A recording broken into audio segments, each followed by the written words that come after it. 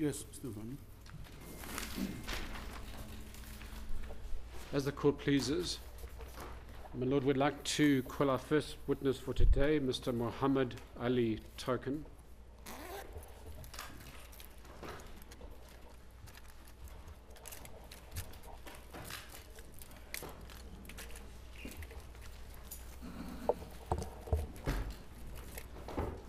Your full name and surname? Mohammed Ali Token. Do you have an objection to taking the oath? No. Do you swear that the evidence that you're about to give is the truth, the whole truth, and nothing but the truth? If so, please raise your right hand and say so help me So God. happy. Thank you. Yes, you may be seated. Thank you. Is there a microphone in front of you? Is it lit? Is it fine? Is it operating? Okay, fine, thanks. Yes, Mr. Vani. Thank you, Lordship. Mr. Token, firstly, thanks for taking time off your busy schedule to be with us today. It's greatly appreciated. Mr. Token.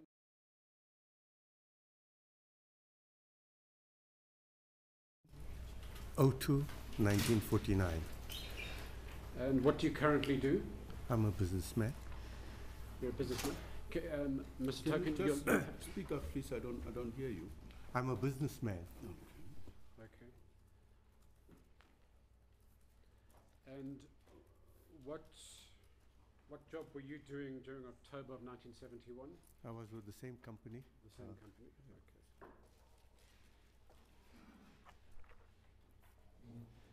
Now, if we can turn to the events of 27 October 1971, and just to remind you, Mr. Token, that is the day that the late Mr. Ahmed Timol plunged to his death from John Vorster Square. Can you explain to this court where you were on the 27th of October 1971 that allowed you to hear of, or rather, let me put it this way. Were you filling petrol at the Dollars petrol station on the 27th October? That's correct. And this petrol station, where's it situated? It's across the road from the police station. Just for the record. Mr. Vani, Yes. Do you have his statement? Oh yes, apologies, Your Lordship. His statement is part of the exhibits. It's in volume H, Volume H. number 1.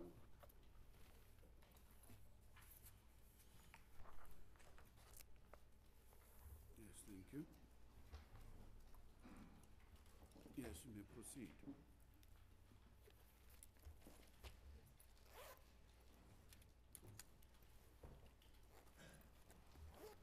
Mr. Token, do you have a copy of your statement? Yes, with you? I have it in front of me. Do you confirm that this is your statement which you Correct. have signed and attested Yes. before Commissioner? Thank you. Mr. Token, in paragraph 4 of your statement, you say that on the 27th of October 1971, you had stopped at Dollars petrol station to fill your vehicle with petrol, and you've testified that this filling station was directly across the road from John Vorster Square. That's correct. Just for the record, has that petrol station, has the building at least changed over the years? Yeah, it's no longer a petrol station. It's some kind of shops. There's some buildings of work that Yes. has taken place. But when it was a petrol station, can you just describe what it looked like and how you would actually get to the pumps that were there? Yeah, it was an open court with offices or whatever else above. So we needed to get into the center of the filling station to be able to fill the pumps. Thank you. And for the record, do you agree that the pumps and the driveway have now been removed and it's now fronted by Correct. a wall and there's another business that is presently Correct. there? Were the pumps, where exactly were the pumps? Would you say they were at the top end of the building? Or the, No, or it the was middle, from the middle to the bottom end of the building. towards the middle. Yeah. And can you indicate to the court approximately when, on the 27th, you were filling up with petrol? It was sometime in the morning. Sometime in the morning. Are you certain that it was in the morning? Yes, it was in the morning. Could have been around what time? I would say mid-morning. 10, 11? I don't want to speculate. I don't know. But when you say mid-morning with reference to Yeah, what? it will be in that period, but you know, it's something I can't. Were you on your way to work? I was on my way to get a license in Pretoria for my business. And normally, what time would you do that, ordinarily? No, it was the first time I was going to Pretoria to get a license, so it was in the mid-morning area. But you are certain that it was in the morning? Yes. You cannot put the time, but it was in the morning. It's mid-morning, so mid-morning for me would be between 9:30 and 11:30. 9:30 and 11:30. Is there a chance that you could be making a mistake that it could have been in the afternoon? No, definitely morning. Definitely morning? Yeah. Okay. Okay, thank you. Proceed. Yes. Mr. Token, why the court is putting the question to you is that the police records put the timing of the fall in the afternoon, and that's why the judge was asking whether you might be mistaken. And I need to ask you as well, is there a chance you might be mistaken given the 46 years that has elapsed? Absolutely not, because I wouldn't have left for Pretoria in the afternoon. What were you doing that particular day? Explain why you say that you wouldn't have left Pretoria in the afternoon. Left for Pretoria? Yeah, what was because the I needed program to for go that day? and go to a government department, and it's known that you get there in the morning to apply Right. for licenses. It was So difficult. are you saying you were process. filling up your car in order to get to Pretoria to get to the licensing Yes. department? It wasn't possible that you could have filled up after your return from Pretoria? Absolutely not. And you say that you normally filled up at this station because it was close to your business premises. Yes. So you were quite familiar with Yeah, I that was familiar station. with the place, yeah. Although you can't put a number to it, for how many years perhaps had you been filling up at that particular station? I finished school, so it's about 2 years maybe, 2.5 years. Which meant that you would have been going there perhaps once a week or once Twice every a 2 week. weeks? Twice a week maybe, because I used to rep in those days. All right, so before, according to your statement, you heard a loud thud, but before that happened, can you indicate what you were doing and your orientation or position that you were standing? Yeah, I was getting some petrol, so in those days you needed a key to open your petrol tank. So I went in, I got out, opened the key, where they put in the petrol on the car. Opened it so that the filling station assistant could fill the petrol into my car. So does that mean that you were facing your car, and if I think of that particular street and the direction traffic was travelling on that road fronting onto the station, that would have meant that your back, you were facing your vehicle, you were facing the filling station, Correct, and your back was facing John Vorster Square. correct. So at that time you yourself were not in a position to see John Vorster Square. No. And then what happened as you were doing that? I heard a thud. And the moment you heard the thud, what did you do next? Looked around, didn't see anything, and so continued Right. with what I was doing. And then what happened? Then a pedestrian walked down this Commissioner Street coming Can you towards. just lift your voice? Then a pedestrian coming down on the street said that somebody fell from the top of the police station. Yes.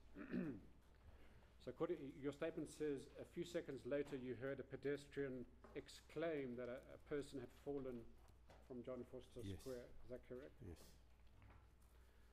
So what did you then do? What did you do after you heard the pedestrian exclaim somebody had fallen? I thought of going to see if I can help. And the next best thing is, I don't know if I can give you more details straight away now. Yes. Did you try to approach the We building? tried to approach the police station, yes. And what happened when you tried to approach? There were police officers in plain clothes shooing us away. I see. So how far across the road did you get before you were stopped? Halfway across the road. Halfway across the road. And can you describe, as best as you can, who the individuals were who shooed you away? They must have been police officers because they were like in a position where they gave instructions. You just listened, like commanding kind of Right. instructions. I cannot hear you. from Sorry, here. it's a commanding kind of instruction to say move out of the way. But it was more than just aggressive. Did you have to cross? We Was had to there a cross the road in road. between? Yes. Yes, there's a road in You between. crossed the road Halfway through, halfway through. yes, You had not even completed No. crossing when No. you had been told to go away. yes. Who was doing that? 3 plainclothes people, and I assume they were police. How many were they, more or less? Could you recall? I remember, you know, 3 that I can remember. Yes. And was it only you who was approaching the scene, or were there other people with you? The What- person who saw them falling also tried to approach the scene. Yes. And what happened? He was also told to go Yeah, back. yeah, yeah. Everybody was just told, get the hell. So you went back. Yeah, we went back. But And from- then I didn't know what was going on, and I needed to carry on with my work, so I left. But when you went back to the other side of the street, could you not see what was happening there? No, at you that couldn't see distance? anything because there was a little wall there in front, which you can't see anything from across the road. That little wall, can you recall how high it was? Very, Would it have come up to your knees, perhaps? a little bit lower than, A little lower about than the your knee, knees. yeah. If we can just return to your attempt to cross the road to go and look, what was going through your mind? Why did you want to approach that scene? It's natural, a human being wanting to help.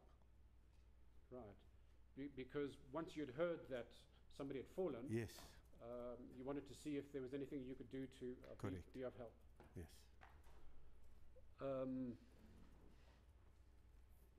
In your statement, you say 3 white plainclothed policemen stopped you, and as you testified, you assumed they were policemen because they acted with some authority, and you've said they were somewhat aggressive. Can I ask you to explain to the court, in polite terms, why you describe them as being aggressive? What did they say to you, Mr. Token? Okay, can I say it Yes, you but may say. in polite ways? F off, So they used a 4-letter word to tell you to move away. yes.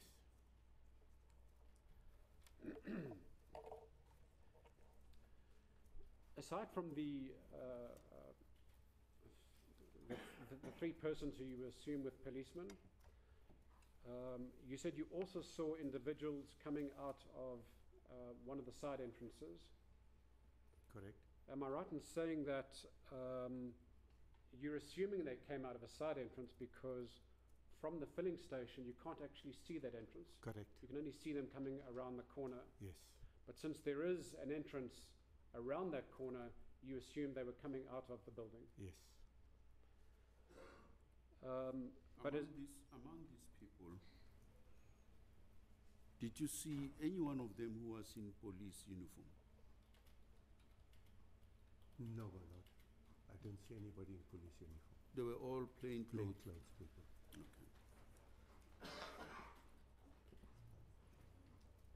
And I'm also correct in assuming that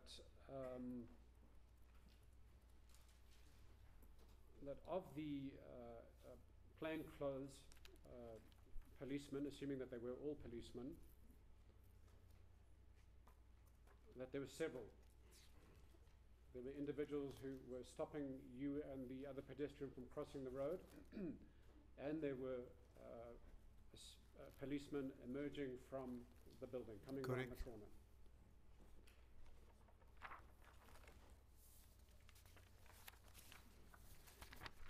Do you recall any one of them perhaps carrying a blanket?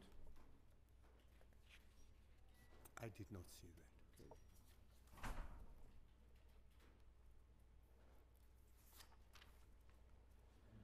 And you can't put a number to the policeman that you saw, but there were more than a few. Yes, Several. there was several policemen. You also say that you were surprised by the quick response of the police. Yes. Why do you say that? Because it wasn't a long period before those people came there. It was very quick. And you say that because you, after a very short time after hearing the thud and the pedestrian making the exclamation that somebody had fallen, you couldn't even get halfway across, or you got Correct. halfway across the road and It you was then it stopped. was very, very quick. And when did you learn that this was probably Mr. Timol that had fallen out of the building? It was only when I read it in the newspapers.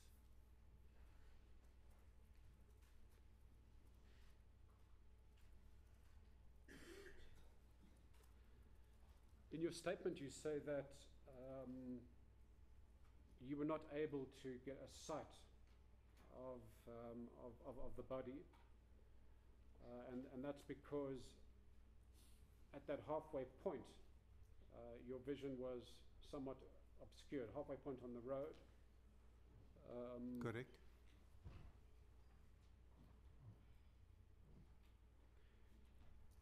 You said you then left. And I know it's a long time ago. When you were shooed away, you didn't hang about. You left immediately. You got into your car and drove off. Yes. Did you perchance, before you drove off, see any medical staff, emergency services or ambulance at the scene, or perhaps driving towards the scene? Not at all.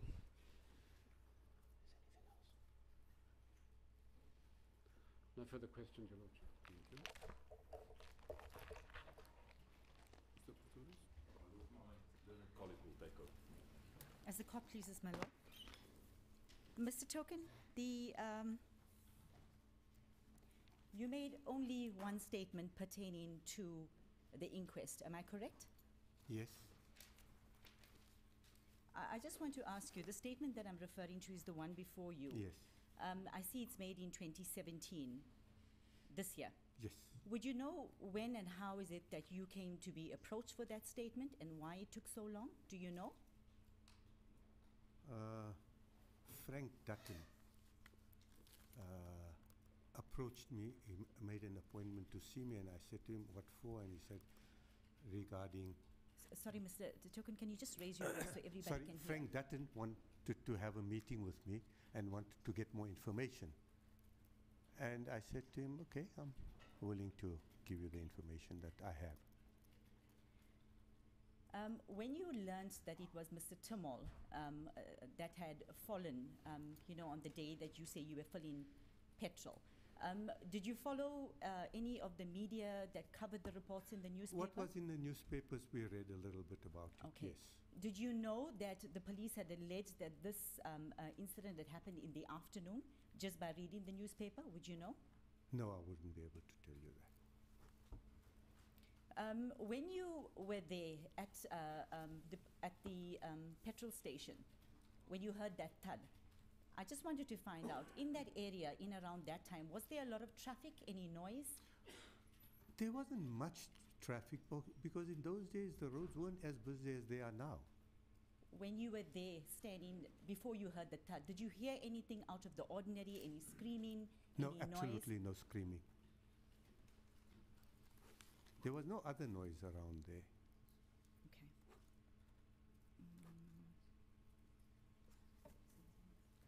Nothing further for this witness, my lord.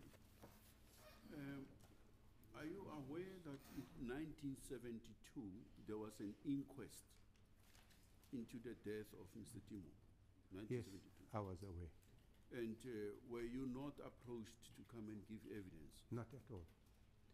And in regard to this particular inquest, how did you come to know about it, and how were you found to be a witness in this?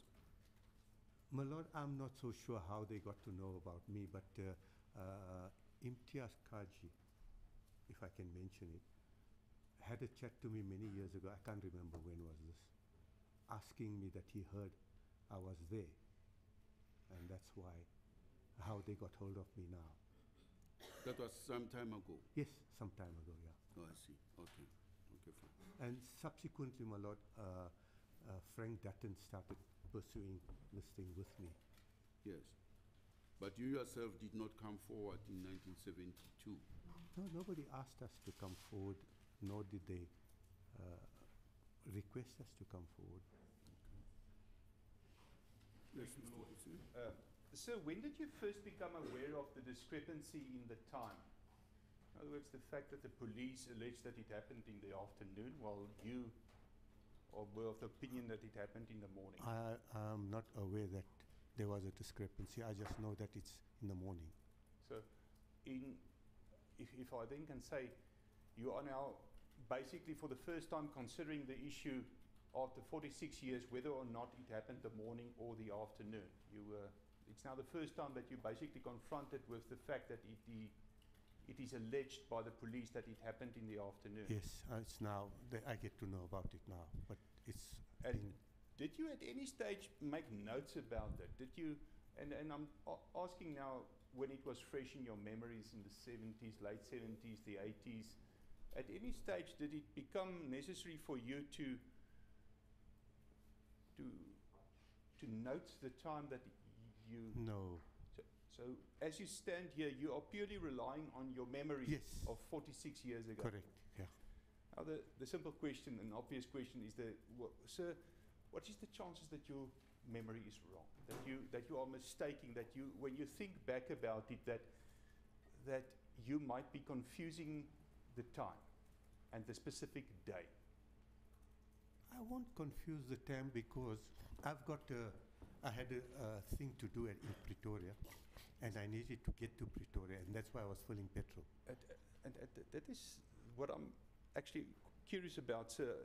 Remembering that 46 years ago in the morning you were going to a government office to apply for a license. It is quite a tall order to remember that detail so long afterwards, sir.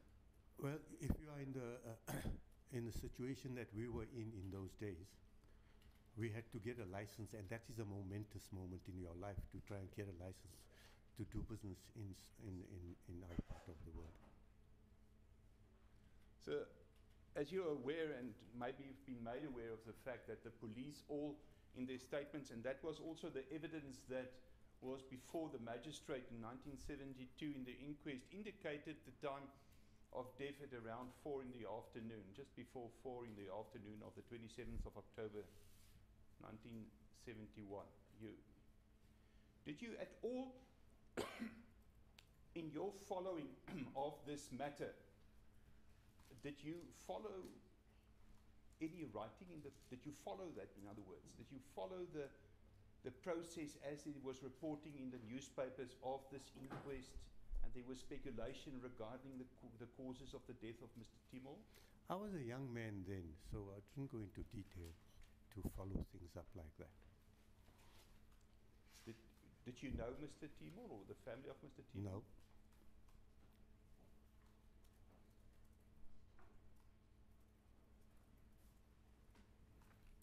So I just want to put it to you, sir, that, and I will argue that you are making a mistake in relation to the time of this incident. If, in fact, the incidents that you refer to is the death of Mr. Timol, that you are making a mistake of the time.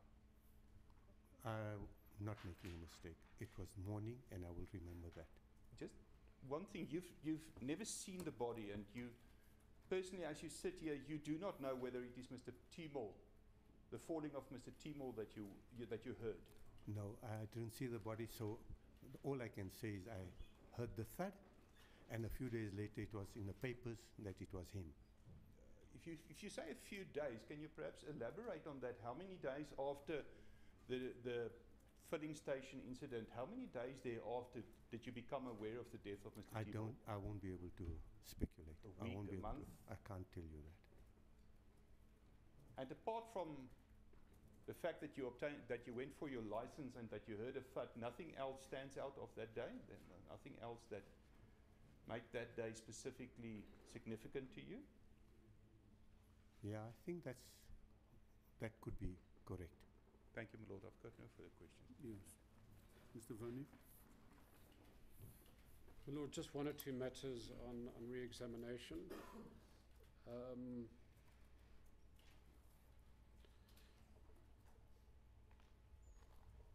Mr. Token, you said you were going to apply for a license at a government building, but in those days that was an important occasion. And in those times it was somewhat special. Can you explain to the court why you say that?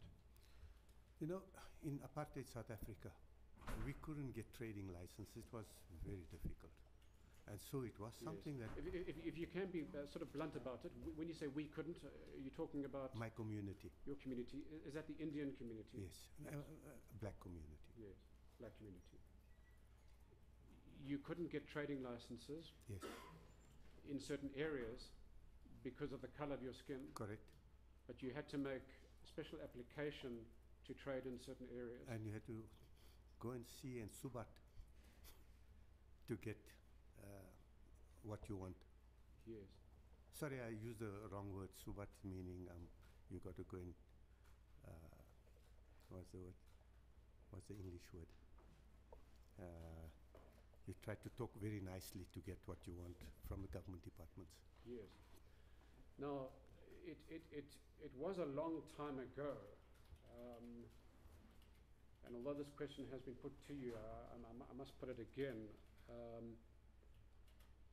Is there not a possibility that you might have been mistaken in terms of the time of day? Absolutely not.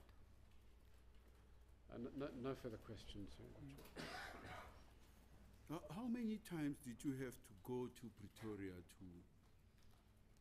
to beg or plead for a license? It was the beginning of a long process, and this was probably the early part of coming to Pretoria to see government departments to get a trading license.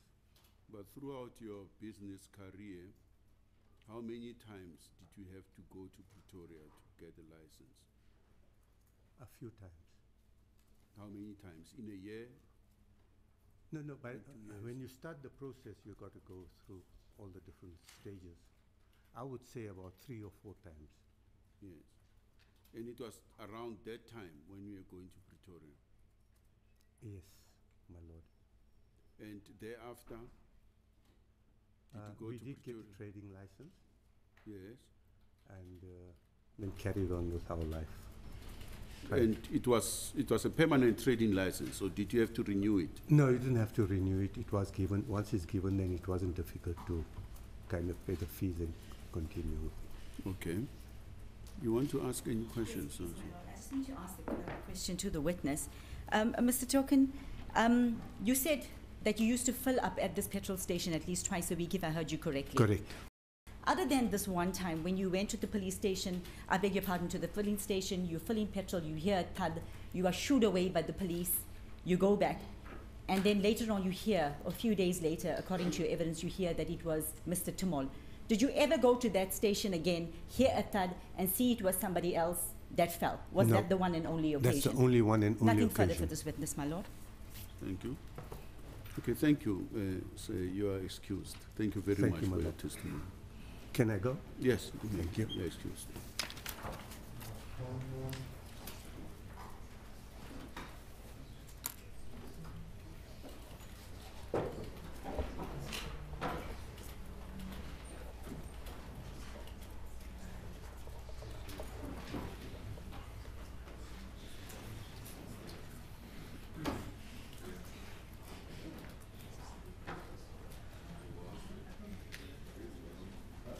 My lord, our next witness is Mr. Ronnie Kasrils. I've just been advised by my attorneys that he's just popped to the bathroom. With the leave of the court, if we could just wait a minute or two for him to return. We'll adjourn until you're ready. You'll call me. I'll be out here. As a call, We'll please. adjourn.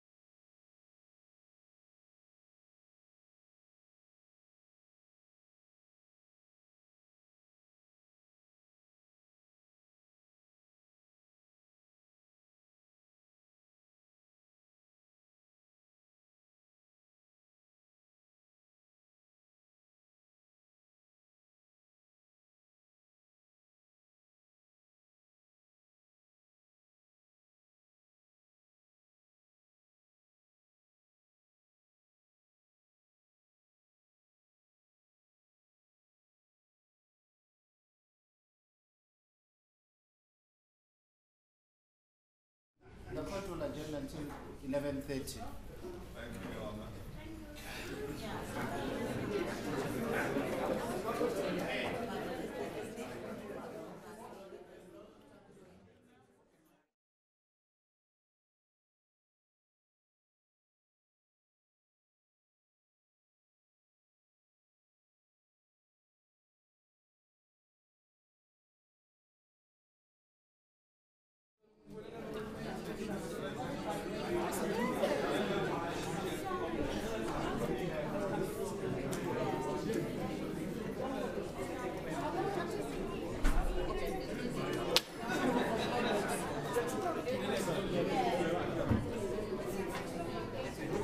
Which cable?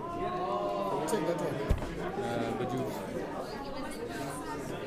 can you pull it out there?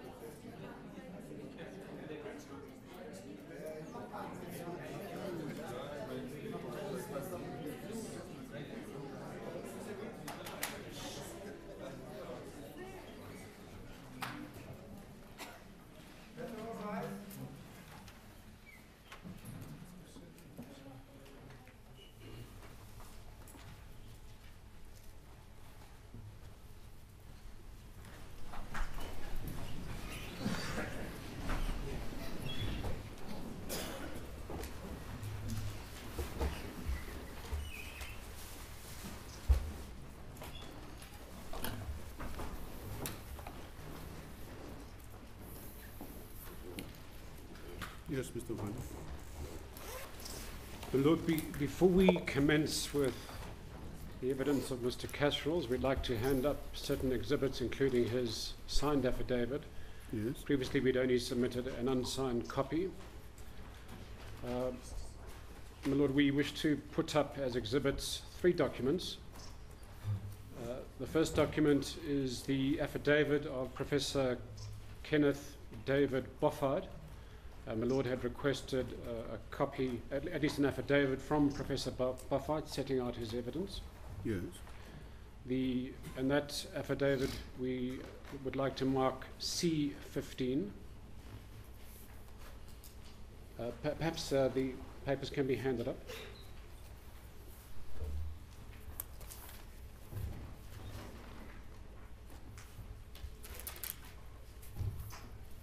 This is the bundle of affidavits, so it's just one. 2 affidavits, my Lord, and 1 police file. Yes. So the affidavit of Professor Post-thud, we would like to mark C15. Yes.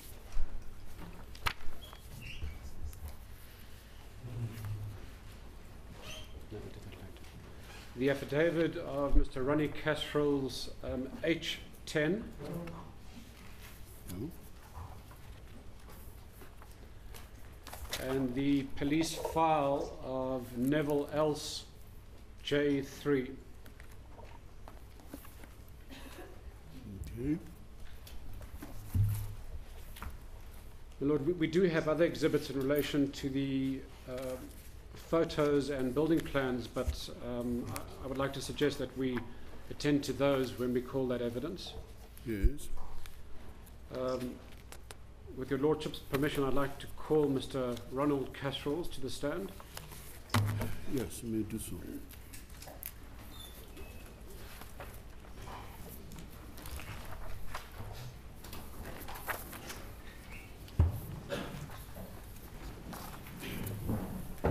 Your full names and surname? Ronald Kasrils. Do you have an objection in taking the oath? I prefer to affirm, thank you. Do you confirm that the evidence that you're about to give is the truth, the whole truth, and nothing but the truth? Please repeat after me and say, I do. I do. Thank you. Thank you. Thank you, Mr. Kasrils. You may sit down. Thank you, Mr. Chair.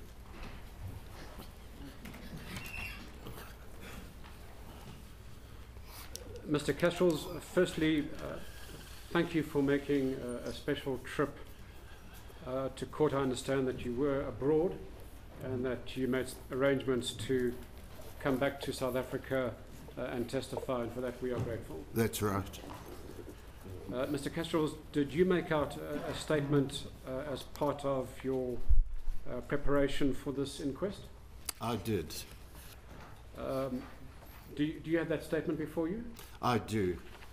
My Lord, Mr. Kasrils' statement can be found in volume H at page 35.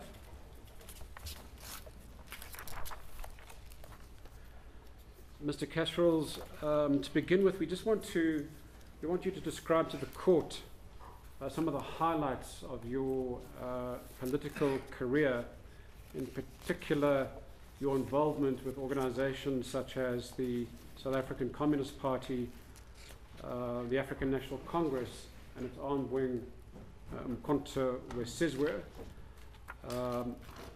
Now, you've had a long career involved in all those organizations, so we don't have time to go through in great detail.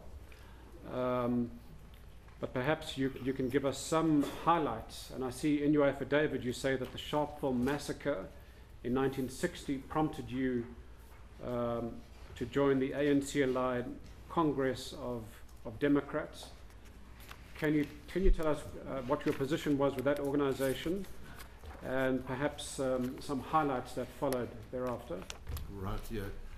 My Lord, as has been said, 1960 saw me as a young man at just 21, working for a film studio here in Johannesburg, where I was born. I had already, in my post-school years, stood against the colour bar in the sense of making friends with black compatriots of our country in defiance of the laws with Sharpeville, I decided that action was needed, and I therefore made contact with the ANC and the Communist Party of South Africa. I had a relative in Durban who had been a member. I very soon became fully involved, although still working, became a secretary of the then Congress of Democrats in Durban, where I'd moved because of work, and soon became its secretary. I was very soon after that banned from public activity and restricted to Durban. In that period, 1961 now, I became a member of Umkhonto weSizwe, of the Natal Regional Command, and of the South African Communist Party. By 1963, I was, as the term has it, on the run from the police, and had to leave the country. Worked for the African National Congress for a while in Dar es Salaam, was sent for military training to the Soviet Union, as it then was. Following on this, I was sent to London to work with a very strategic committee of the Communist Party, headed by Dr. Yusuf Dadu, Joe Slovo. Sorry to interrupt. Was that the year 1966? Absolutely, yes. It's by 1966. Thank you. Please proceed. So by 1966, saw me in London working with this committee under Dadu and Slovo. It was a committee which was focused on recreating an underground presence of both the ANC and the Communist Party in the country. I'm sure, as your Lordship knows, post-Rivonia, the underground structure of both organizations in the country had been totally crushed. So the committee in London was a very important one. And shall I proceed to talk about the work of that committee? Mr. Kasrils, before you get to the work of the committee, because we need to deal with that in some detail. But I see in your statement that you list a few names, including Ahmed Timol, Raymond Suttner, Jeremy Cronin, Alex Mubarak, Tim Jenkins, Dave and Sue Rabkin, and these are people that you and your colleagues were involved in recruiting. Exactly, your Lordship. We're going to return to that period because that's of great interest, I believe, for this court. But just to complete your political career, you became a member of Umkhonto weSizwe's High Command, and you were appointed as Chief of Umkhonto weSizwe Intelligence in 1983. Yes. Perhaps you could just give the court a few more highlights in the years from the early 80s through to when you resigned from the African National... I think you did resign from the African National Congress at some point. No, well, yes, just a couple of years ago. Yes. The current period. So just some highlights from the 80s to the present day. Yes. From 1983, I was working back in Africa and had become the commissar for the Umkhonto weSizwe in Angola. I then worked in Mozambique and other frontline countries. Subsequently became a Central Committee member of the Communist Party in 1983 and of the National Executive Committee of the ANC based in Lusaka in 1987. I was on what was called the Political Military Command or Council of the African National Congress, which dealt with both the reorganization and development of a political underground inside the country and the military work of Umkhonto weSizwe. By 1990, I was back in the country as part of Operation Vula, which was an underground project of the ANC. And then once the ANC was unbanned, I was elected to its National Executive Committee at its Durban conference of July 1991. I was still a member of the Communist Party Central Committee up to 2007, and of the ANC's National Executive Committee in that same year, Your Lordship. I was the director of the ANC's internal national campaigning from 1991 through to approximately to 1994. Following on, I became Deputy Minister of Defence until 1999, Minister for Water and Forestry from 1999 to 2004, and then Minister for Intelligence Services from 2004 to 2008.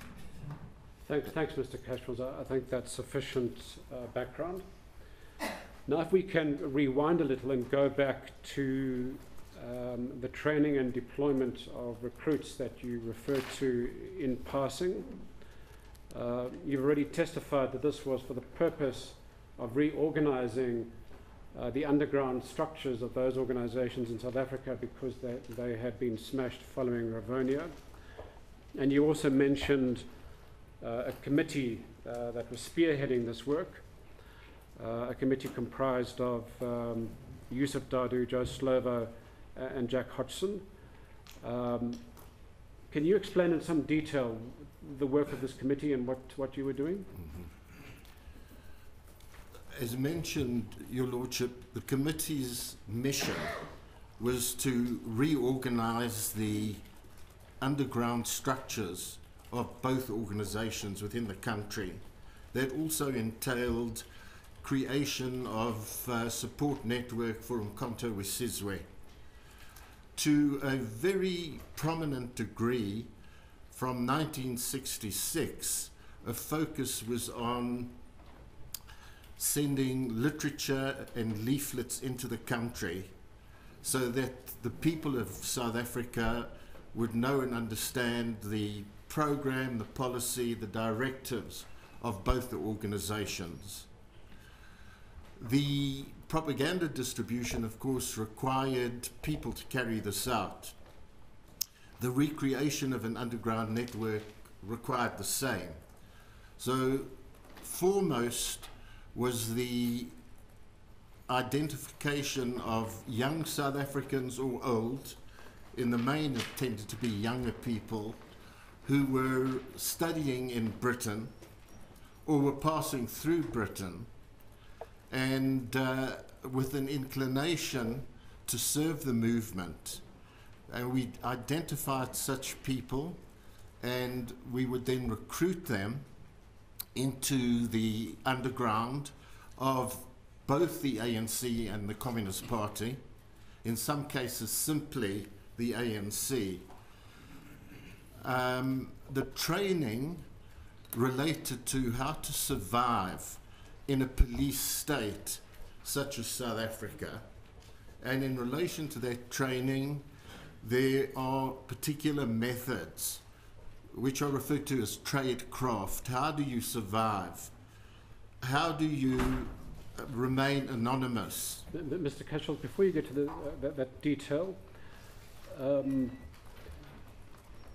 the foreign recruits that you sent into South Africa, you refer to them as the London recruits, and you say in your statement that the missions carried out by the London recruits were highly successful because they managed to distribute tens of thousands of leaflets by way of bucket bombs in various cities. Is that correct? Yes. Yes.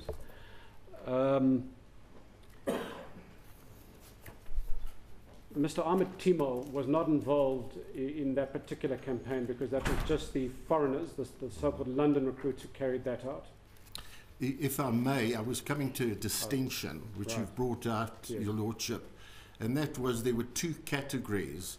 The one category being South Africans such as the late Ahmed Timol, who would be recruited to work for the duration of the struggle, if possible, the long term, within the country. And then on the other hand, there was the recruitment of foreign sympathizers. We called them London recruits because that's where we made contact with them, but they could be from Greece and France and the Netherlands, America and the British Isles. Those London recruits came in to essentially pay a quick visit as would-be tourists, but they would smuggle in, with our assistance, leaflets and other methods of distribution to the people of our country, the messages of the ANC and the South African Communist Party. Thank you. And while we're on the campaign that the London recruits were involved in, would I be correct in saying that there were massive distribution? In fact, in your statement, you say tens of thousands of leaflets were distributed by way of bucket bombs and other means. Did this take place in 1970 and 1971? In other words, in that time period leading up to the arrest and detention of Ahmed Timol? Yes, exactly. It did start in smaller ways from 66, 67, but by 70, 71, it had reached a peak of great efficiency in which those leaflets were distributed simultaneously in all the major cities of the country, making an incredible impact in the media as well as in the streets. And so this was something, obviously, that the security branch, in your view, would have been investigating with some vigor. The newspapers of the time, both English and Afrikaans, project that fully. From ministerial statements, police statements, they didn't know what the source was, and it really affected them to a great degree. And so would you be of the view that through the course of 1970 and 1971, prior to October, October is the month in which Mr. Timol was arrested, your recollection is that the security branch had no real success in getting to the bottom of this mass distribution of leaflets? Correct. There were no arrests made up to that point. Thank you, Mr. Kasrils. You were talking about the training that the recruits went through. You may resume that evidence. Thank you. Your Lordship, the training related to a number of key areas. I have mentioned in the first place how to operate in a clandestine manner within a police state, which entailed giving such recruits an appreciation and understanding of the security situation of the country, the oppressor, the police and the military, their use of spies and informers and the like. I mentioned the question of what's called tradecraft, and that relates to how to assess whether one is under so-called surveillance, whether you're being followed, whether your phone or your mail is being intercepted, and the like. So it's preparation along those lines. There's the question of political education, which for both the Communist Party and the ANC were very essential elements to understand the politics of the country, the politics of the organizations, their strategy, tactics, and so on. Then there were aspects such as the production and dissemination of propaganda, of information, relating to the production by cyclostyle methods in those distant times, and how to go about distributing them, and perhaps to highlight the question of forming cells, recruiting people, organizing them in networks and structures within a cell system of 3 or 4 people per cell. So a very thorough training along those lines. So some of the material that they would distribute would be produced by them, by the unit. Are you saying that some of the material that was used did not necessarily come from outside? They produced it in South Africa, the units themselves? We started off by sending the material in. Once a unit was established, as was the case with Mr. Timol, yes, they would then receive a draft copy of the document. Okay. And they would then reproduce that in print form or in cyclostyled form. Okay. Mr. Kasrils, in your statement you say that you never personally met Mr. Ahmed Timol.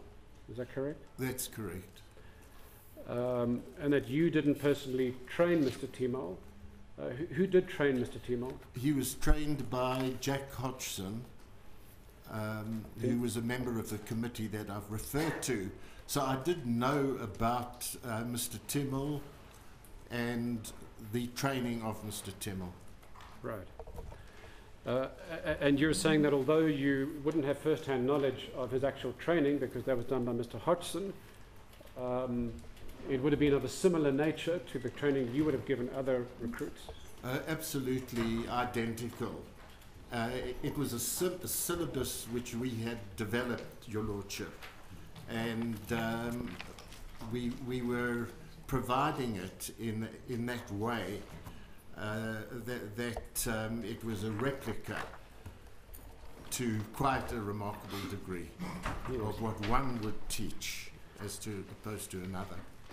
And your statement discloses an interesting methodology as to how Mr. Timol and others would have received these publications and how they would then have reproduced them. Can you explain to the court the mechanics involved? This was basically, Your Lordship, through secret forms of correspondence and gifts sent to individual or people that the individual was connected to, who would be prepared to receive a letter from abroad, and within that letter could be smuggled a very thin sheet of cigarette paper with the information on that. That was one way. Another way was in terms of using what's called secret forms of writing in which the writing is invisible, where one uses a particular formula, chemical formula, and that is brought out by a developing compound, which could simply be the spray that you use to clean your oven with. And just to wrap up the training, your statement does talk about on how the recruits should deal with interrogation. Could you explain what kind of training they received in that regard? This was based in the first place on our politics, what we believed in, a worldview approach, Your Worship, in which we understand then and now that an individual involved in struggling for a just cause against an invader, against a police state, against a tyranny, has a powerful weapon on their side, which is a moral issue and a question of giving them strength to confront any form of danger, whether it comes in the form of arrest, whether it comes in form of assault or even torture, whether it comes in the form of facing a court as Mr. Mandela, Sisulu and others did in terms of possible death sentence.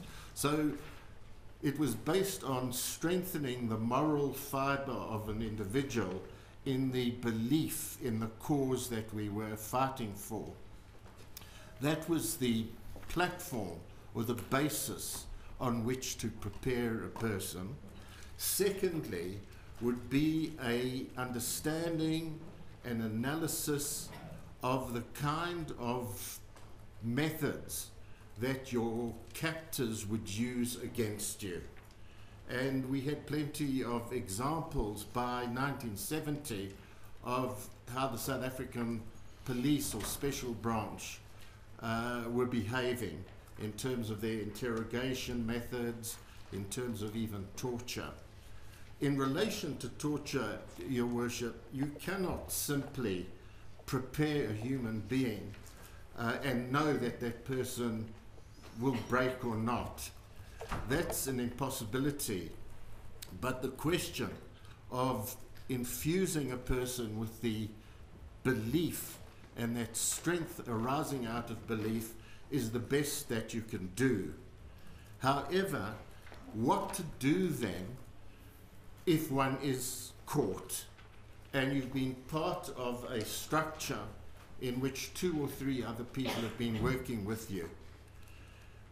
That approach is one in which a study of world struggles, particularly I would say the colonial struggles against the Portuguese colonialists or the French or the British throughout Africa, Asia, Latin America, and the Second World War. And we've all heard of the Gestapo and the kind of torture that people had to face. So we made sure that our recruits understood that. If they felt that they just couldn't withstand even capture, then we wouldn't force them into an underground or illegal situation. That had to come over time and patience, the politics and the training. But we had to face, and they had to face, this crucial question: if I am captured, how do I behave? And we would go through the trauma of that. We would go through the shock one would experience and how to try to survive that in terms of inner strength and so on. We would stress the need to withhold the most sensitive of information. And we knew this was something that couldn't hold out indefinitely because of the threshold of pain if under assault or torture. So a key thing, if one was a Mr. Timol or a member of his unit, would be, comrades, try and hold out. If you are captured, try and hold out for at least 24 hours, 48 hours if possible, so that those who you've been working with, by that 24 hours, you're working closely with them, you know their family, etc., you would be alert to the fact that individual A, B, or C has disappeared, is likely to be under arrest, and then everybody was under instruction: do not be a hero, that is the time to run for it. We would have prepared people with the ideas of how to disguise and how to make for the border, and we knew our borders very well, Your Worship, so we would say such and such places are where you could quite easily cross into a neighboring African state. So that question of holding out 24, 48 hours was the key factor of time. We did not say that you should hold out indefinitely. We did, however, Your Lordship, say if you can do that, and there were many instances of comrades who did resist, to the point of being beaten unconscious, that if you've got that strength, by all means, but if not, hold out for that minimum period of time. Yes. And in fact, there is evidence in this court of Dr. Essop actually holding out. He's in the court today until he was beaten into unconsciousness. As a matter of interest, did you give your recruits reading material of others who had been through torture, perhaps by the Gestapo or others, so they could get a sense of what they might have to face? Indeed, Your Lordship, the literature's full of these accounts. One could mention many, many books, and indeed films as well. And for those with the misfortune to be arrested and interrogated, did you offer advice on the sorts of things they might they might be able to tell, how they might be able to delay giving information about their comrades? Yes, that is a technique that's applied, and that would be minimal amount of information to be revealed and particular limits on that information.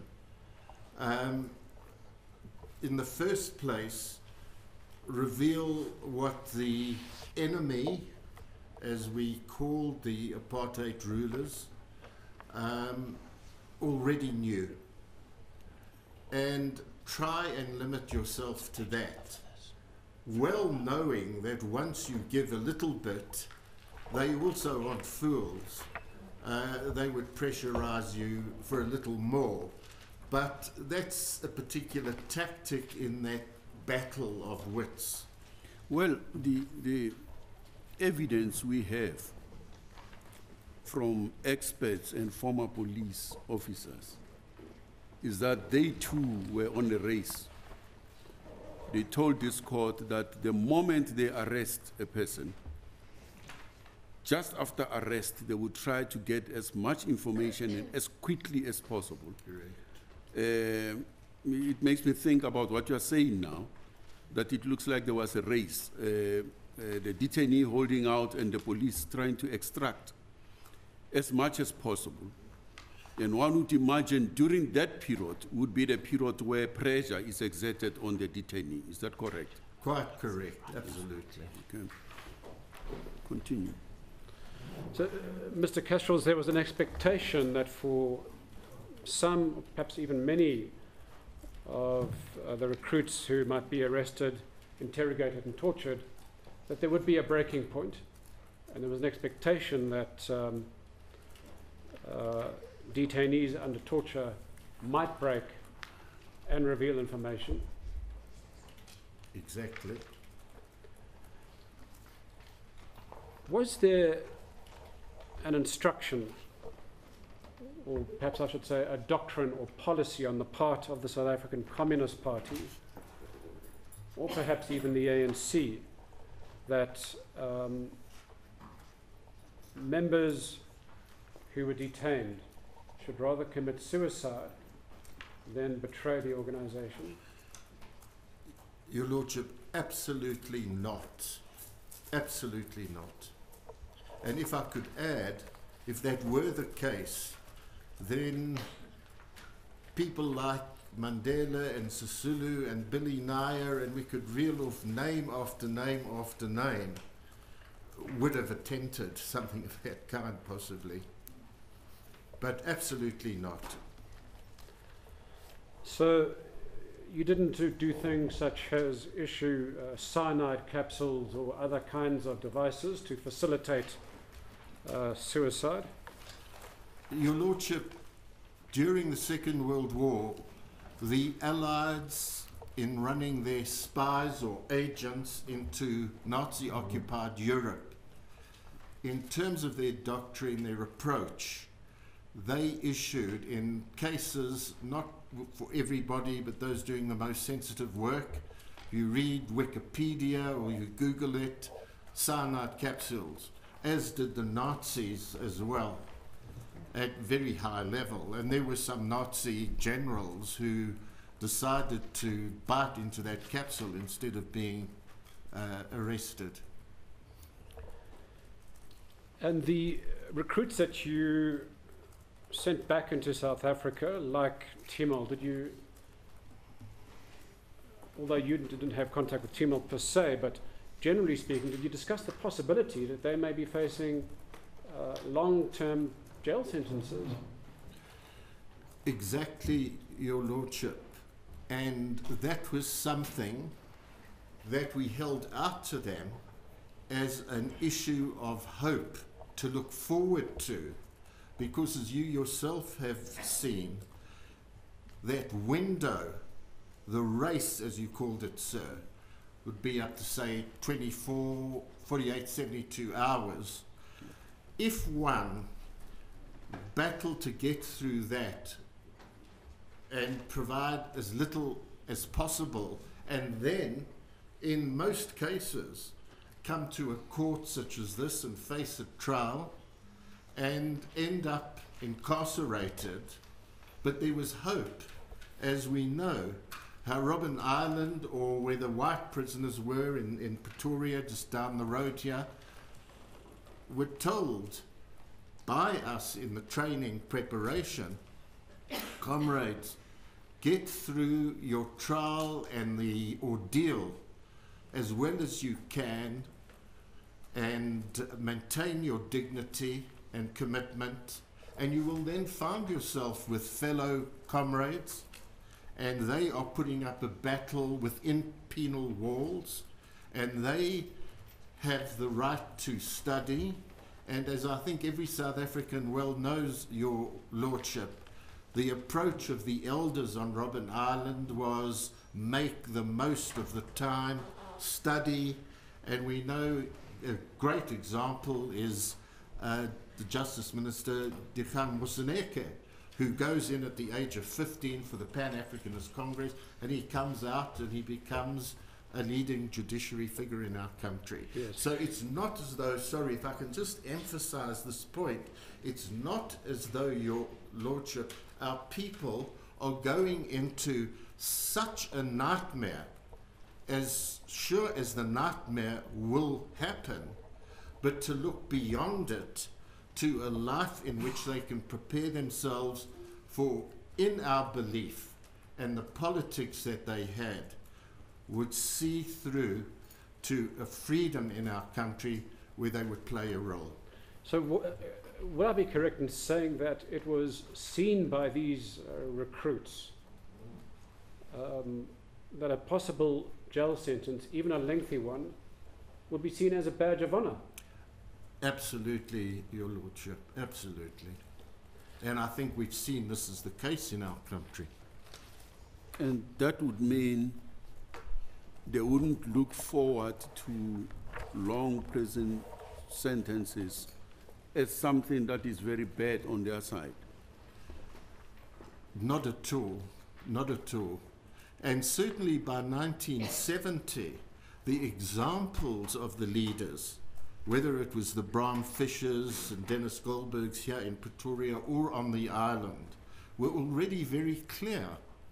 So in our preparation by 1970, we had that as an example to hold up, and that's what we did in our training, Your Lordship.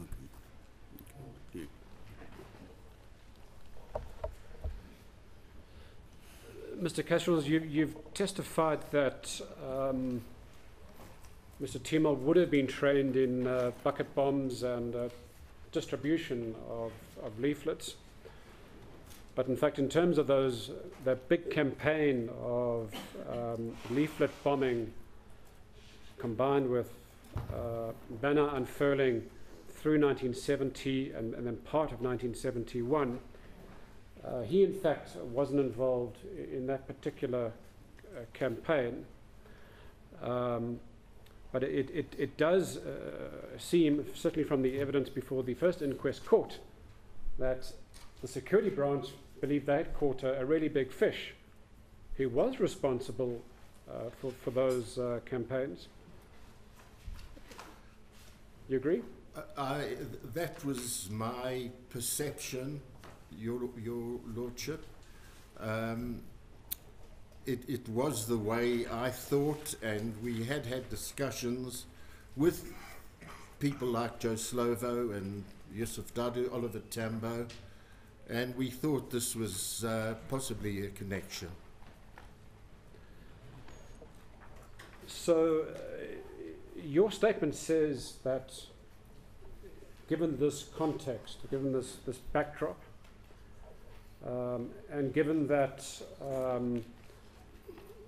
it appears that the security branch knew that they had this window, 24 to 48 hours or thereabouts, to get key information on collaborators or co-conspirators, that this is the reason why individuals such as Aesop and probably Mr. Timol were so brutalized in those early days of their detention?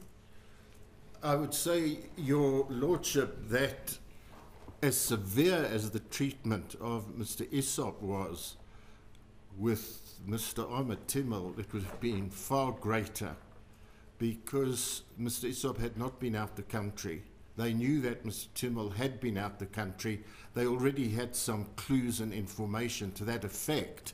And indeed, they would have regarded him as a really important catch and a way to explain this very embarrassing series of distributions of material from the ANC and Communist Party that had shocked the special branch and their bosses. Mr. Kasrils, just a small correction. Mr. Aesop actually is a doctor. He does have a doctorate. So I'm terribly sorry. No, it's my mistake, because I also called him Mr. Aesop erroneously. So it's Dr. Aesop. Mr. Kasrils, can we move to another topic, and that is certain documents that were purportedly published by the South African Communist Party and other prohibited organizations. And the first document I want to deal with is called the Frelimo document. I believe you have a copy, my lord. The Frelimo document is in volume B. It's exhibit YY. It's at page 161 of volume B.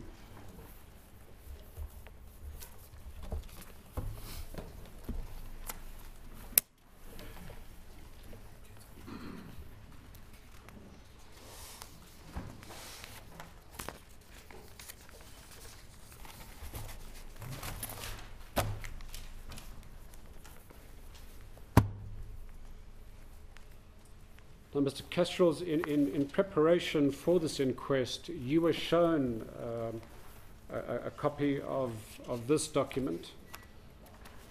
Yes, indeed. And can you explain to this court whether you believe this document to be authentic or not? Your Lordship, the document, which is 3 pages, is very detailed indeed. And apart from the last few sentences, let's say the last paragraph, which I'll come to in due course, has a ring of authenticity. In reading the document, it sounds absolutely genuine. I'd never seen this document before, as far as I can remember, and I do tend to have a good memory for documentation such as this. It basically deals with some of the points I was making to the court earlier, Your Lordship, about the struggle between somebody who's under interrogation and the interrogators, the kind of tactics employed by both sides. And it's very detailed in terms of the experience of Mozambican political prisoners under the Portuguese, in terms of the methods that the PDA, which was the Portuguese special branch, had used. It's when one comes to the very last part of the document, page 3, and the last paragraph, which begins, but in addition to this, there must be constant training and education. The kind of thing I was referring to earlier, which the document had gone into, Your Lordship. And that's correct. The next 5 lines are also in keeping with my view it's authentic. Suddenly, out of the blue, in terms of the second last line, I'll read from the 3rd or 4th last line. They will have to carry on with their interrogators should they be pulled in, and how it should be carried on, possibly to a final conclusion - suicide, but certainly to such aggressive methods of counterattack as hunger strikes, passive resistance, etc. That inclusion, the final conclusion, suicide, jars. It jars in a couple of ways. The reading of this 3-page document, Your Lordship, gives details. So when the person reading this, and this is meant to be an educational document for the underground, they talk about the hunger strikes and passive resistance and so on, all these methods. The writer talks about this in detail. And suddenly, a tactic, the final method, which is the most complex of all, suicide. And that's it. Final conclusion, suicide. If this was genuine, and I'm in the underground, and I'm reading this, and I'm meant to be educated, what is the reasonable person's expectation? Suicide. How do I do that? What guidance can they give me? It's not easy, Your Worship. Not even a bullet to the head. Because anybody who pays an interest in methods of suicide well knows that a bullet to the head can leave you mortally wounded and in a terrible state, but not dead. Incidentally, I mentioned Google, and reading it this morning, the Nazis, in biting into a capsule, what they were told to do is, as you put the bullet into your head, bite down on the capsule so as to make sure you finish yourself off. Anyway, the point is, Your Lordship, it comes to this invasive word in this entire document, which makes me sit up and feel that has been included after this document was written, if indeed it's a genuine document. In my view it is. And Mr. Kasrils, do you notice that there's a name at the bottom of this document, P. Lopez? Yes. Were documents issued by the SACP normally ended off with somebody's name at the bottom? It's extremely strange, Your Lordship. Even if this is a person's code name, which people in the underground have, they don't have their proper names, but to put your code name down gives a clue to a police officer who will want to know from other people who is F. Lopez. So it opens the writer up to danger by adding the name, and that's very strange as well. So part of the training was that no names must be used? Absolutely not. Only verbally in connection with each other.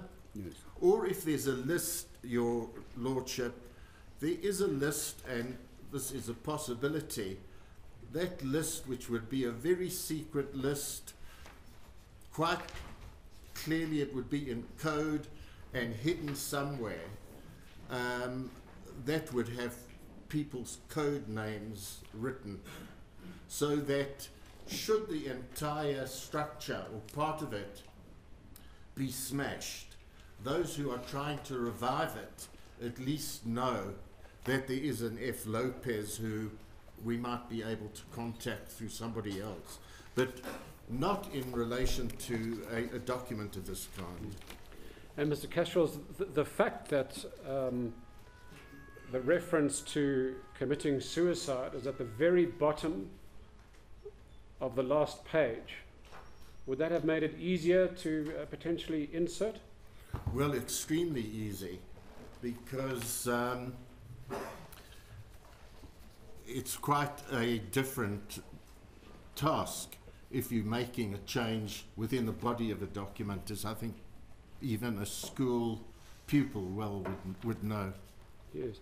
And I noticed in your statement that you observed that the security branch often seized typewriters from those they had arrested or from houses they had raided. So are you raising the possibility that they could have used those typewriters to create a fabrication such as this? I can assure you, Your Lordship, this did in fact take place, the seizure of equipment. I know of a number of cases where raids have taken place, where the people concerned have been arrested. The typewriter appears in court in the trial against the person. There's documentation, an illegal leaflet, and the police would lead evidence to show that the leaflet, cyclostyled leaflet in this case, would have been typed on that very typewriter. Thank you, Mr. Kasrils. Mr. Kasrils, in your statement you do make reference to a document titled Inkululeko Freedom number 1, issued in July 1971 by the South African Communist Party. I don't intend to put questions to you on this document, because in your statement you confirm that this document is authentic. It is, definitely. It was issued by the and SABC. I know this document pretty well. What I think is useful for the court is that the title of the document has issued by the South African Communist Party, and that becomes very important, because the correct name of the party which exists in our country to this day from 1953 became the South African Communist Party. Party that was banned in 1950 was the Communist Party of South Africa. Yes, and the relevance of that will become clear when we look at the third and last document. Precisely, Your Lordship. Which is titled Inkululeko Freedom number 2, dated February of 1972. And my Lord, that's in volume C at page 15. Mr. Kasrils, you have a copy of that document before you? Yes, indeed. So by way of background, Mr. Kasrils, unlike the other two documents, this was not a formal exhibit before the first inquest, but nonetheless it found its way into the hands of the magistrate. There's some controversy as to how it got to the magistrate. That isn't relevant for us right now.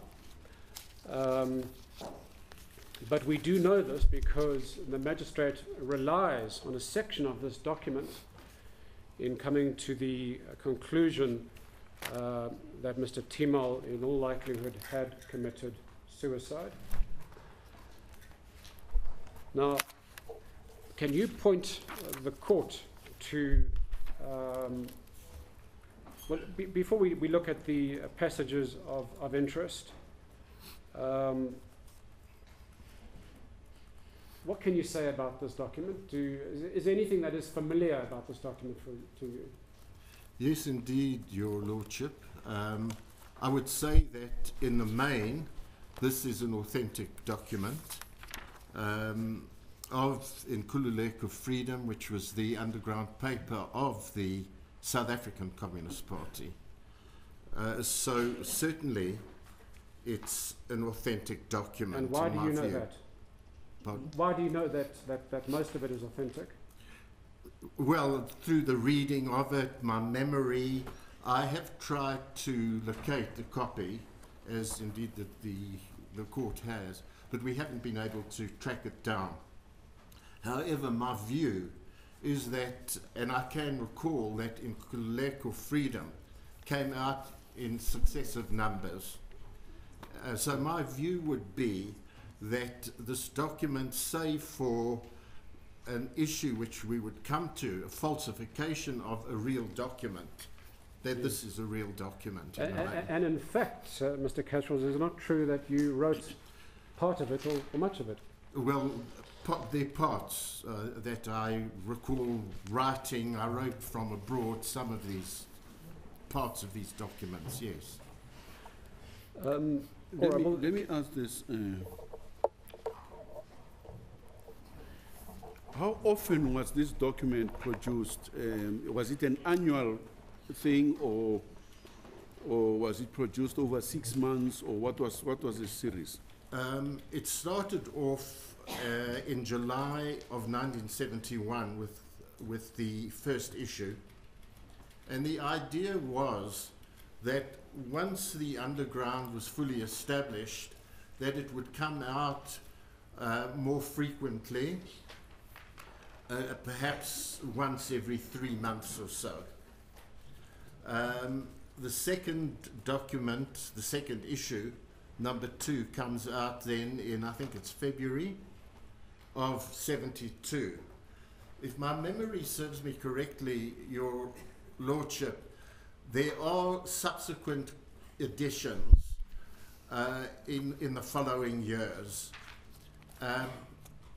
Perhaps after this issue, every 3 or 4 months. So it wasn't set up as a monthly, it was set up as a regular, but it was meant to come out as often as the underground could produce it.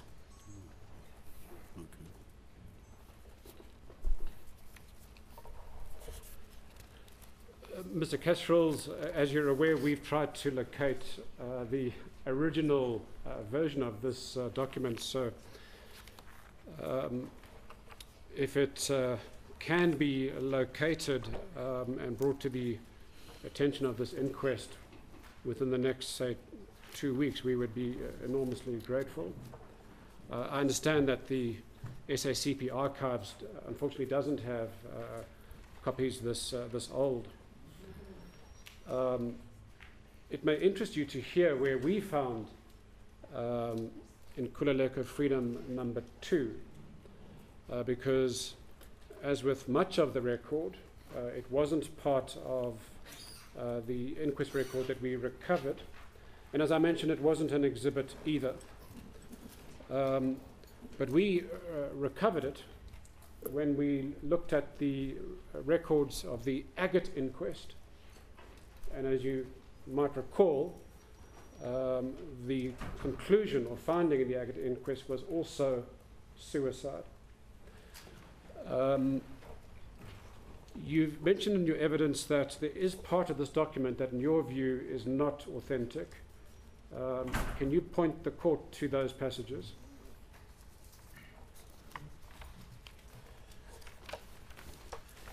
I believe it's on the very last page. Yes, before coming to the very last page, if I may. Please do. If you look at page 1, Your Lordship, and bearing in mind that Inkululeko Freedom is not meant to be a secret internal document like possibly the Frelimo one. Inkululeko Freedom is meant to be a document which is produced clandestinely but then is distributed for people to read. And the number would depend on the capacity of the underground. But it's written for South Africans to read. And therefore, I make a point that on page 1, in the 4th or 5th paragraph, 1, 2, 3, 4, the 5th paragraph, which begins a third of the way down the page,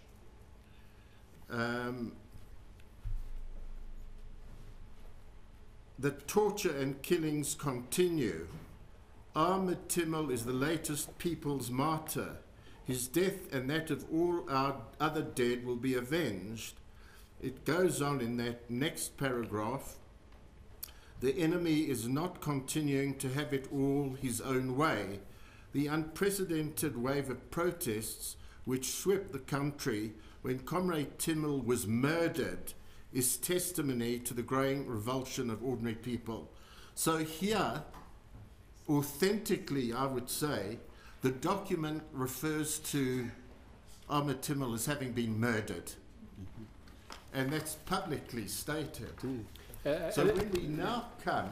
and in fact, the date is February 92, at least February 1972, 72. which is months after his death in Yes, October 1971. it is from October, but this is the second issue of Inkululeko.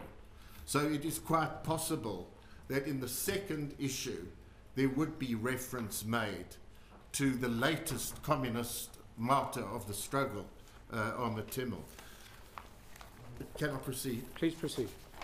We come then to the key falsification, in my view, Your Lordship, on the final page 7, and the final topic under the topic heading Stand Firm.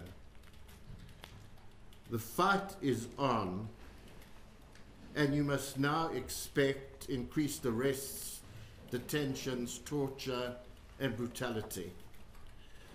It carries on along those lines about don't fear arrests, be on your guard, not to divulge any information to the enemy, etc., etc. Harass your enemy. It's a bit of a jarring term, the your enemy, because, Your Lordship, the entire document, and especially the last page, talks about our enemy. It suddenly refers to your enemy, just the individual. That's not the way the Communist Party was writing, even to this day, because it's always, as you would see on this page, we are this, we are that, they are the following. And then to carry on, that particular section, which is the third paragraph, harass your enemy by going on hunger strike, act insane. It's a very strange term.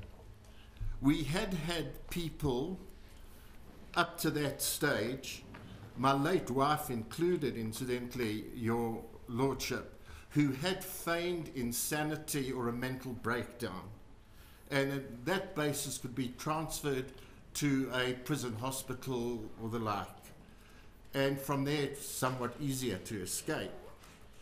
But we would never say act insane. It would be, if we were publicly, and I'll come to this point, if we were publicly divulging our tactics, it would be feign a mental breakdown.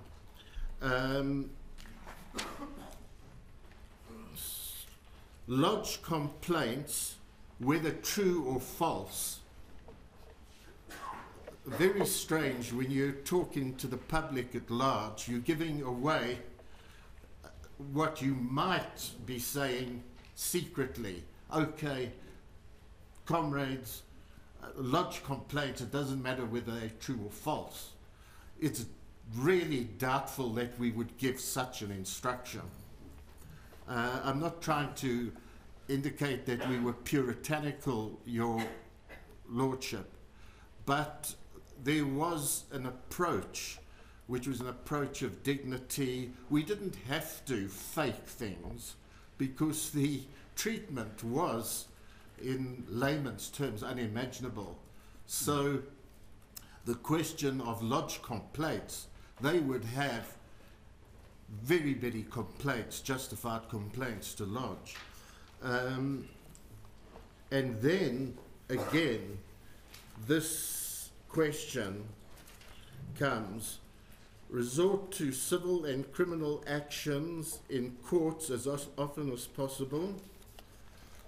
Make sure your complaints and actions against the suppressors get the utmost publicity. Rather commit suicide than to betray the organization. So again, there's the insinuation of we are instructing people rather commit suicide. I had dealt with the suicide issue previously, but if I may just take this opportunity to point out in that sentence, Your Lordship, fake complaints and actions against the suppressors.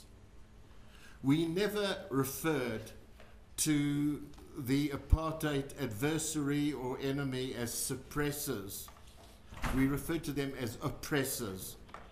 The writing is always the oppressor, the struggle against oppression, the struggle against the oppressor. So the term suppressor there jars. And then rather commit suicide than to betray the organization. Your Lordship, this is not English. Commit suicide, rather commit suicide than to betray the organization. English, as is written in this and the other documents, would be rather than betray the organization. Now, I'm not a fluent Afrikaans linguist, but it seems to me that this is how an Afrikaner might translate an English term, rather than to betray the organization.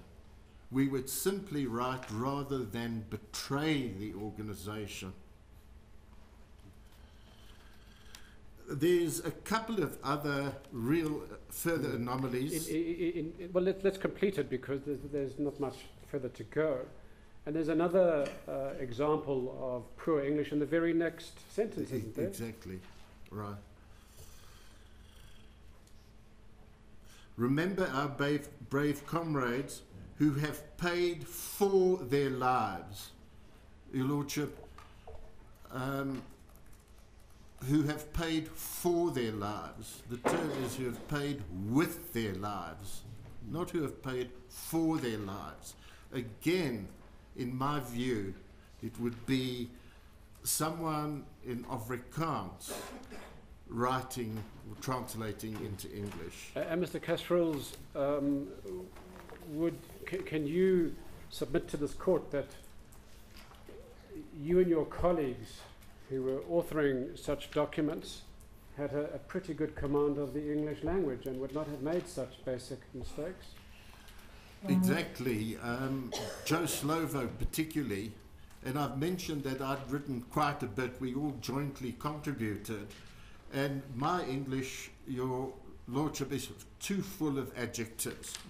And I never forget this. I know it's those many years ago, but I see Joe Slovo looking at my drafts and saying, "Oh, Ronnie, too many adjectives. Can you just cut them out a bit?" So it's not as though we dashed these things off.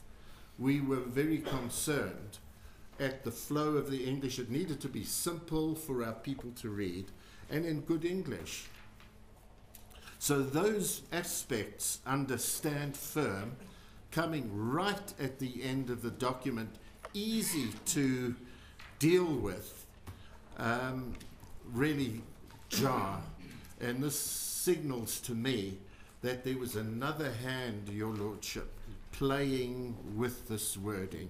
Mr. Kasrils, I need you to comment on that last paragraph, and perhaps you can read it for the benefit of the court. So, when you say the last paragraph, are we now referring to honourable people like George Bezos? Yes, it starts Foster and his Yes, profession. yes. If you can start. There, please. It's the last main sentence, apart from slogans, Your Lordship. Forster and his professional murderers will not halt our people when we have comrades like Roly Orenstein, Vernon Barangay, Izzy Maisels, M.D. Naidu, George Bezos, Soggett, and others who have been fighting with us since the days of Ravonia. Mr. Kasrils, is that what the Communist Party used to do in those days? List names such as George Bezos, eminent defense lawyer, Izzy Maisels, Soggett, Roly Orenstein? It's laughable, Your Lordship. Again, there are the anomalies in this document in which it's a document for the public, not for internal. And not all of these lawyers mentioned are people who we would have said were comrades, incidentally. But we would never have listed people who were conducting very important activity for people who were appearing in the courts. Why on earth mention name after name? It's absolutely ludicrous. There is a name here of a person I knew very well in Durban, Roly Orenstein, a very good man actually, but who had been expelled from the Communist Party in 1964.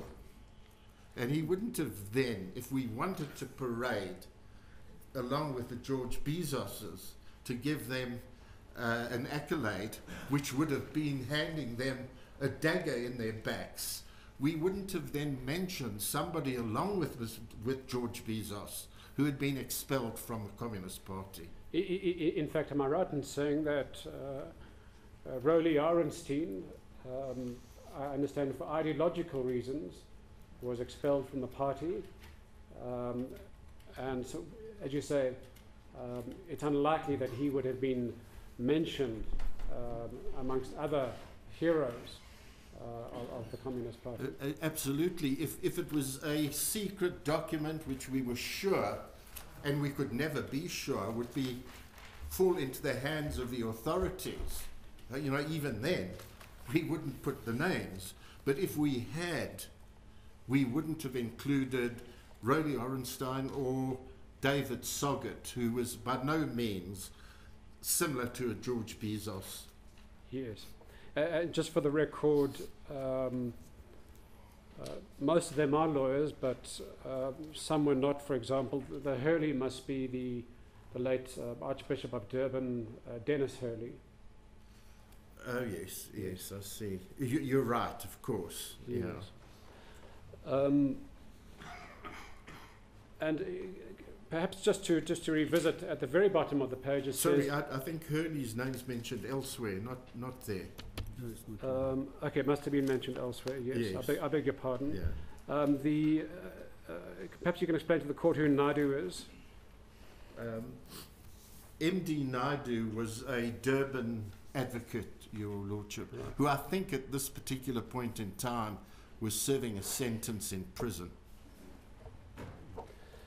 And perhaps this would be a good point to revisit who this was issued by. Yes, you said it would become relevant. Yes, exactly. Thank you. Your Lordship, so that point I made right at the start, when I made reference to Inkululeko Freedom, July 1971, issued by the South African Communist Party, this document now, February edition, 1972, number 2, at the end, it says, issued by the Communist Party of South Africa. If I may, Your Lordship, and I see there are a number of amabomvu, of communists in this court. They know very well, which perhaps the lay person might feel is not relevant, but Your Lordship, I assure you, the distinction between using the term Communist Party of South Africa to South African Communist Party is extremely relevant to the very noble history of the Communist Party of this country. Not that there's an embarrassment, but as I referred earlier, in historic terms, up to the time the Communist Party is banned in 1950, it is known from inception in 1921, Communist Party of South Africa. There's much that's written in its literature concerning its banning and the aftermath about why they changed the name to South African Communist Party.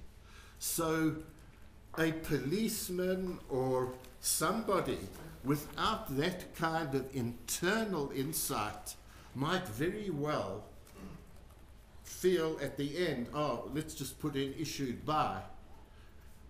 There would have been issued by the South African Communist Party, but I am talking here about a document which I feel had this last paragraph totally changed and doctored to include the reference to suicide. The job then is done, and whoever is typing hears whoever is dictating, issued by Communist Party of South Africa.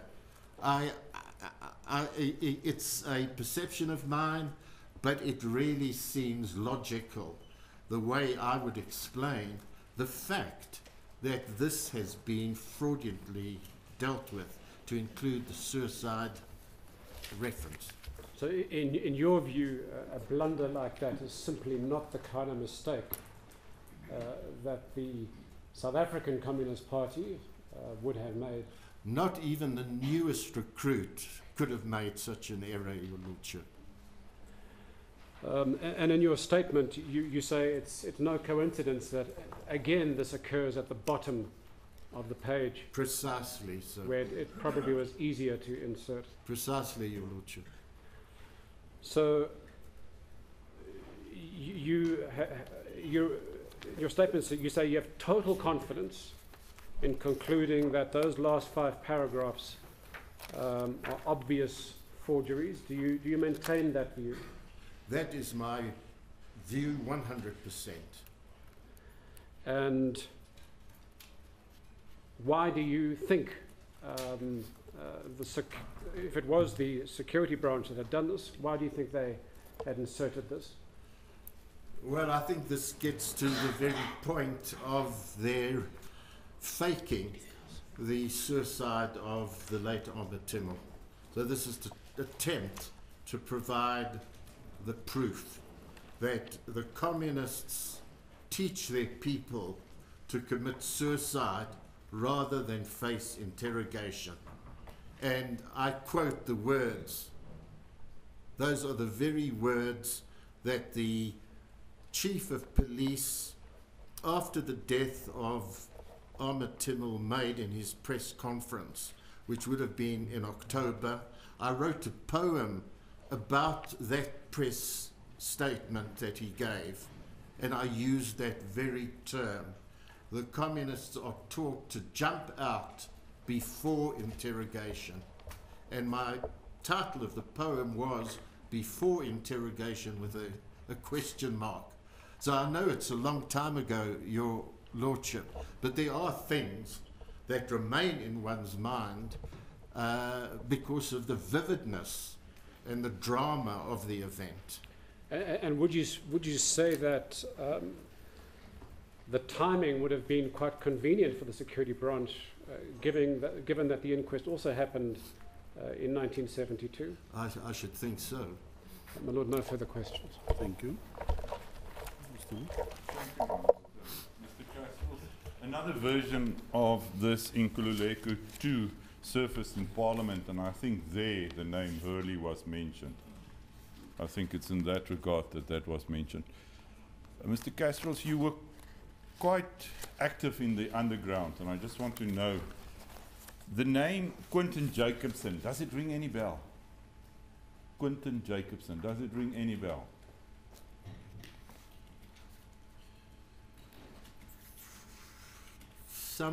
Somewhat. I can't put a face or a date to that. But nothing that I could say further. Yeah. In regard to Inkululeko number 2, for a big part, you are the author of this publication. No, partly. Partly. Thank you. ma'am. Probably 3 or 4 different items written by different people. Thank you, my lord. No further questions. Thank you. Mr. Kutsi? Mr. Kasrils, for any of the recruits to come to South Africa, they understood the danger of coming to South Africa as recruits in the situation as they were here to form the underground structures and to promote the ideology of the organization. They Yes, sir. And certainly they operated with a disregard to their own safety in doing so. No, in terms of being exact, Your Lordship, to say that they operated with disregard wouldn't be the case. I have gone through the preparation so that recruits understood the dangers, and therefore they wouldn't simply act in a carefree manner. They would take great care in relation to their work. Yes, Mr. Kasrils, maybe it is my Afrikaans background that let me down with my wording. They were not thinking necessarily of themselves. They were taking the larger picture and the bigger purpose that they were there for as their main driving force. Yes, Your Lordship, that is the case. People becoming involved in the struggle do see that higher level of sacrifice to the people as a whole. And as history have shown us, also to the extent that some of them died for the cause. Exactly, and ready to die if needs be. Yes. What was the position in the training of the recruits in relation to escape? Well, if there was a possibility of escaping, that would be encouraged, Your Lordship. Even if that escaping might lead to your death? No, I'm talking about a realistic escape, not an escape by diving out of the window 10 floors up from the street. That's not an escape. So, sorry, with all due respect. No, I'm not trying to be disrespectful. Yeah. But if a person escapes and he tries to get away, there's always a risk. Of course, but there's a risk. In relation to diving out of a window, there's no risk. You're going to die. Horrible death. If you know where you are and if you are orientated, most likely. Well, if you know where you are, if you're on the ground floor and there's a window open, there's a possibility that you can escape that way, yes. Thank you, Minister. Have you heard any members of the South African Communist Party escaping from the cells in custody? Has there been such an incident? Yes, of course. How many of these instances do you know? Offhand, those that you may Of South African police escaping? Members of the South African Communist Party escaping from Communist police. Party, Yes, sorry. escaping from police custody. I beg your pardon, Your Lordship. Yes.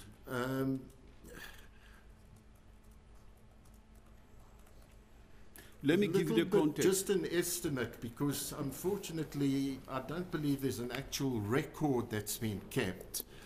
And in the latter days, when the struggle had reached such a height, we're talking about 1988, 89, there were quite a number not necessarily of Communist Party, but quite a number of people who managed to get out of the prisons.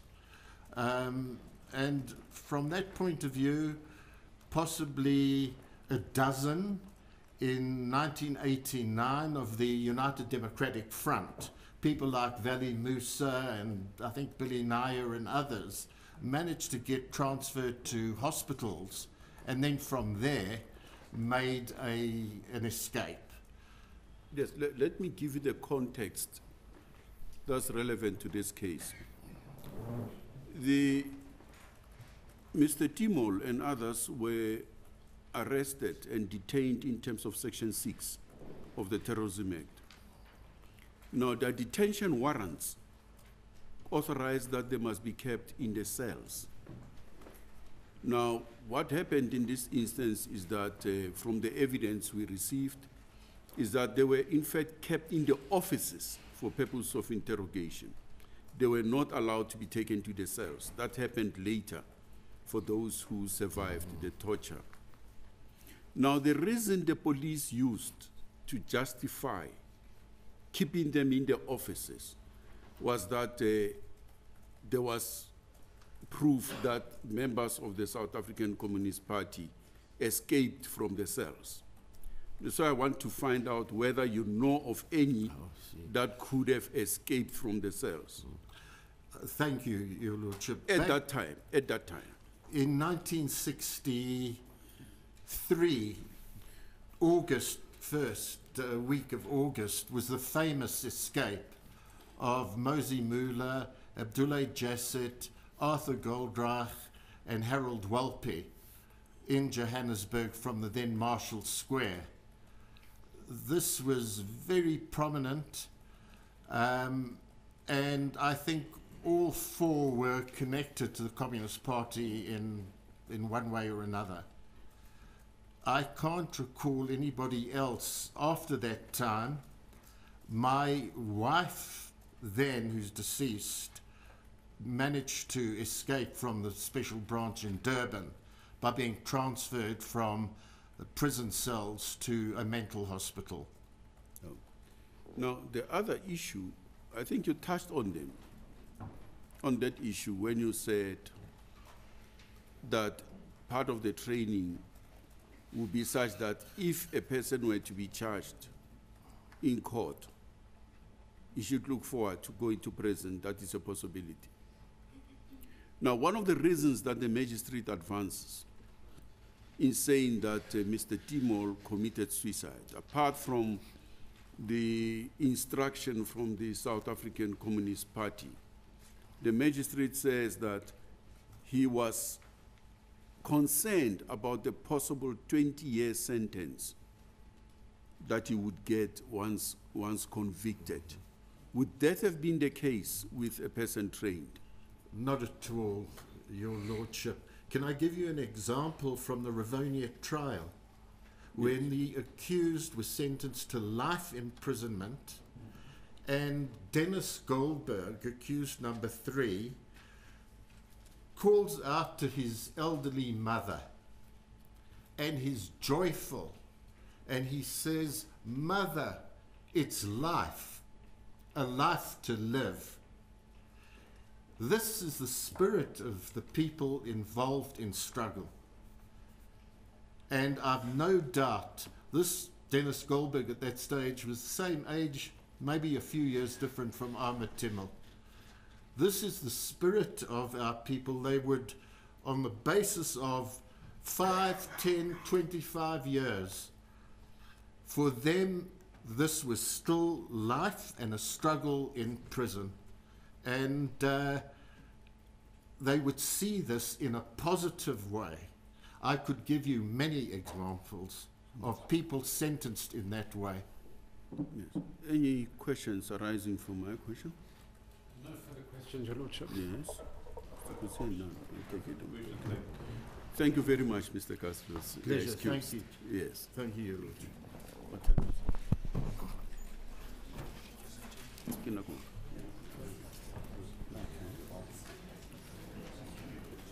Yes. Your Lordship, we still wish to